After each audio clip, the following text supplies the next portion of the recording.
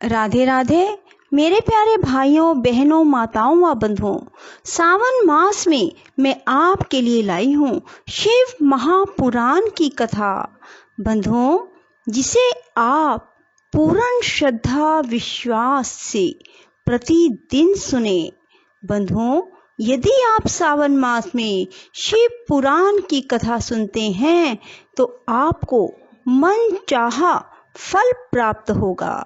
बंधुओं, यदि आपने हमारे चैनल को अब तक सब्सक्राइब नहीं किया तो जरूर करें और बेल आइकन दबाना ना भूलें, ताकि आपको हमारी आने वाली सभी वीडियोस की जानकारी सबसे पहले हो सके। बंधुओं, कथा को पूरी सुनने के बाद कमेंट बॉक्स में जय शिव शंकर भोलेनाथ जरूर लिखें। बोलो शिव शंकर भोलेनाथ की जय। उपमन्यु कहते हैं, यदुनंदन, यह चराचर जगत देवादिदेव महादेव जी का स्वरूप है, परंतु पशु भारी पास से बंधे होने के कारण जगत को इस रूप में नहीं जानते। महर्षिगण उन परमेश्वर शिव के निर्विकल्प परम भाव को ना जानने के कारण उन एक का ही अनेक रूपों में वर्णन करते हैं। कोई उस परम तत्व को अपर ब्रह्म रूप कहते हैं, कोई पर ब्रह्म रूप बताते हैं और कोई आदि अंत से रहित उत्कृष्ट महादेव स्वरूप कहते हैं। पंच महाभूत, इंद्रिय, अंतःकरण तथा प्राकृत विषय रूप जड़ तत्व को अपर ब्रह्म कहा गया है। इससे भिन्न समष्टि चैतन्य का नाम पर ब्रह्म है। बृहद और व्यापक होने के कारण उसे ब्रह्म कहते हैं। प्रभो, वेदों एवं ब्रह्मा जी के अधिपति पर ब्रह्म परमात्मा शिव के वे पर और अपर दो रूप हैं। कुछ लोग महेश्वर शिव को विद्या स्वरूपी कहते हैं। इनमें विद्या चेतन है और अविद्या अचेतना। यह विद्या अविद्या रूप विश्व जगत गुरु भगवान शिव का रूप ही है, इसमें संदेह नहीं है, क्योंकि विश्व उनके वश में है। भ्रांति, विद्या और पराविद्या या परम तत्व ये शिव के तीन उत्कृष्ट रूप माने गए हैं। पदार्थों के विषय में जो अनेक प्रकार की असत्य धारणाएं हैं उन्हें भ्रांति कहते हैं। यथार्थ धारणा या ज्ञान का नाम विद्या है तथा जो विकल्प रहित परम ज्ञान है उसे परम तत्व कहते हैं। परम तत्व ही सत्य है, इससे विपरीत असत कहा गया है। सत और असत दोनों का पति होने के कारण शिव सदा सतपति कहलाते हैं। अन्य महर्षियों ने क्षर, अक्षर और उन दोनों से परे परम ब्रह्म का प्रतिपादन किया है। संपूर्ण भूत क्षर है और जीवात्मा अक्षर कहलाता है। वे दोनों परमेश्वर के रूप हैं, क्योंकि उन्हीं के अधीन हैं। शांत स्वरूप शिव उन दोनों से परे है, इसलिए क्षर अक्षर पर कहे गए हैं। कुछ महर्षि परम कारण रूप शिव को समष्टि व्यष्टि स्वरूप तथा समष्टि और व्यष्टि का कारण कहते हैं।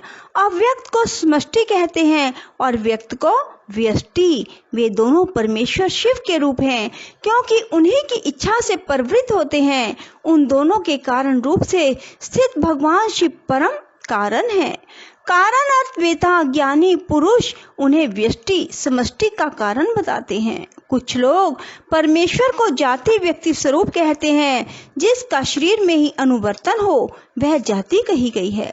शरीर की जाति के आश्रित रहने वाली जो व्यावृत्ति है, जिसके द्वारा जाति भावना का आच्छादन और व्यक्तिक भावना का प्रकाशन होता है, उसका नाम व्यक्ति है।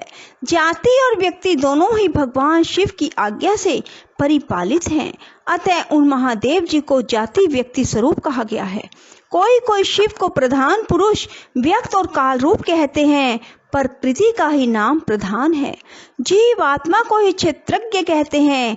23 तत्वों को मनीषी पुरुषों ने व्यक्त कहा है और जो कार्य प्रपंच के परिणाम का एकमात्र कारण है उसका नाम काल है। भगवान शिव इन सब के ईश्वर, पालक, धारणकर्ता, प्रवर्तक, निवर्तक तथा आविर्भाव और तिरोभाव के एकमात्र हेतु हैं। वे स्वयं प्रकाश एवं अजन्मा हैं। इसीलिए उन महेश्वर को प्रधान पुरुष व्यक्त और काल रूप कहा गया है। कारण, नेता, अधिपति और धाता बताया गया है। कुछ लोग महेश्वर को विराट और हिरण्यगर्भ रूप बताते हैं जो संपूर्ण लोकों की सृष्टि के हेतु हैं। उनका नाम हिरण्यगर्भ है और विश्व रूप को विराट कहते हैं। ज्ञानी पुरुष भगवान शिव को अंतर्यामी और परम पुरुष कहते हैं। दूसरे लोग उन्हें प्राज्ञ, तेजस और विश्व रूप बताते हैं। कोई उन्हें तुर्य रूप मानते हैं और कोई सौम्य रूप। कितने ही विद्वानों का कथन है कि वे ही माता, मान, में और मिति रूप हैं। अन्य लोग कर्ता, क्रिया, कार्य, करण और कारण रूप कहते हैं। दूसरे ज्ञानी उन्हें जागृत, स्वप्न और सुषुप्ति रूप बताते हैं। कोई भगवान शिव को तुर्य रूप कहते हैं तो कोई तुर्यातीत, कोई निर्गुण बताते हैं, कोई सगुण, कोई संसारी कहते हैं और कोई असंसारी। कोई स्वतंत्र मानते हैं, कोई अस्वतंत्र। कोई उन्हें घोर समझते हैं, कोई सौम्य। कोई रागवान कहते हैं, कोई वीतराग। कोई निष्क्रिय बताते हैं, कोई सक्रिय। किन्हीं के कथन अनुसार वे निरिंद्रियां हैं तो किन्हीं के मत में सेन इंद्रियां हैं। एक उन्हें ध्रुव कहता है तो दूसरा अध्रुव। कोई उन्हें साकार बताते हैं तो कोई निराकार। किन्हीं के मत में वे अदृश्य हैं तो किन्हीं के मत में दृश्य। कोई उन्हें वर्णीय मानते हैं तो कोई अनिर्वचनीय।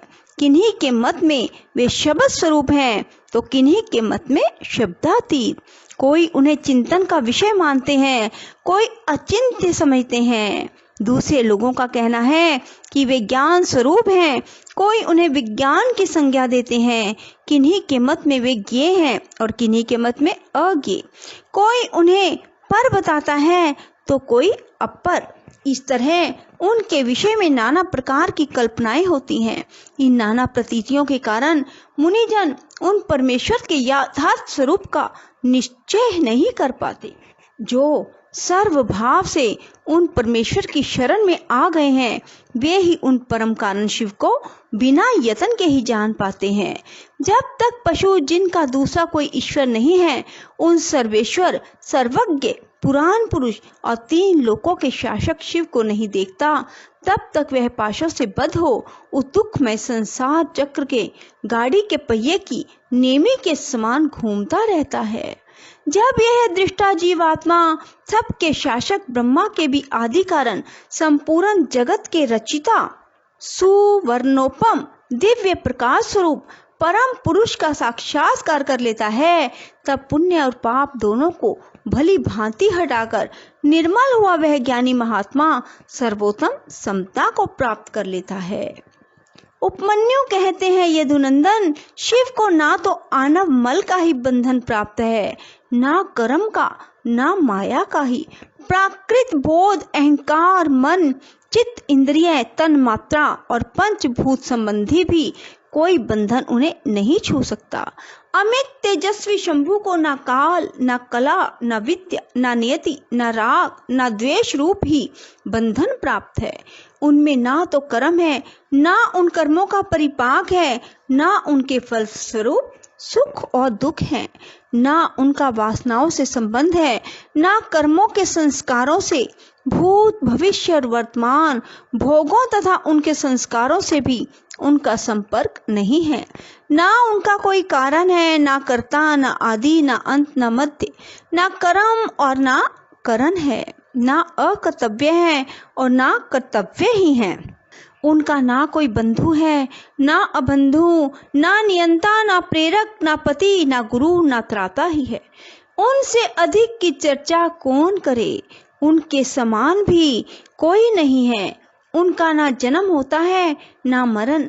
उनके लिए कोई वस्तु ना तो वांछित है और ना अवांछित ही है। इसके लिए ना विधि है, ना निषेध, ना बंधन, ना मुक्ति। जो जो अकल्याणकारी दोष है वे उनमें कभी नहीं रहते, परंतु संपूर्ण कल्याणकारी गुण उनमें सदा ही रहते हैं, क्योंकि शिव साक्षात परमात्मा है। वे शिव अपनी शक्तियों द्वारा इस संपूर्ण जगत में व्याप्त होकर अपने स्वभाव से च्युत ना होते हुए सदा ही स्थित रहते हैं, इसलिए उन्हें स्थाणु कहते हैं। यह संपूर्ण चराचर जगत शिव से अधिष्ठित है, अतः भगवान शिव सर्वरूप माने गए हैं। जो ऐसा जानता है वह कभी मोह में नहीं पड़ता। रुद्र सर्वरूप हैं, उन्हें नमस्कार है। वे सत्स्वरूप परम महान पुरुष, हिरण्य बाहु भगवान, हिरण्यपति ईश्वर, अंबिकापति, ईशान, पिनाक पानी और वृषभ वाहन है। एकमात्र रुद्र ही पर ब्रह्म परमात्मा है। वे ही कृष्ण पिंगल वर्ण वाले पुरुष हैं। वे हृदय के भीतर कमल के मध्य भाग में केश के अग्रभाग की भांति सूक्ष्म रूप से चिंतन करने योग्य हैं। उनके केश सुनहरे रंग के हैं, नेत्र कमल के समान सुंदर हैं, अंग कांति अरुण और ताम्र वर्ण की है। वे स्वर्ण में नीलकंठ देव सदा विचरते रहते हैं। उन्हें सौम्य, घोर, मिश्र, अक्षर, अमृत और अव्यय कहा गया है। वे पुरुष विशेष परमेश्वर भगवान शिव काल के भी काल हैं, चेतन और अचेतन हैं, इस प्रपंच से प्रातपर हैं। शिव में ऐसे ज्ञान और ऐश्वर्य देखे गए हैं जिनसे बढ़कर ज्ञान और ऐश्वर्य अन्यत नहीं है।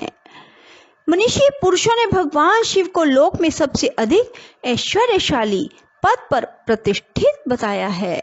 राधे राधे, जय श्री कृष्णा। बंधुओं, यदि आपको हमारी वीडियो पसंद आए तो इसे लाइक करें और शेयर भी जरूर करें। धन्यवाद।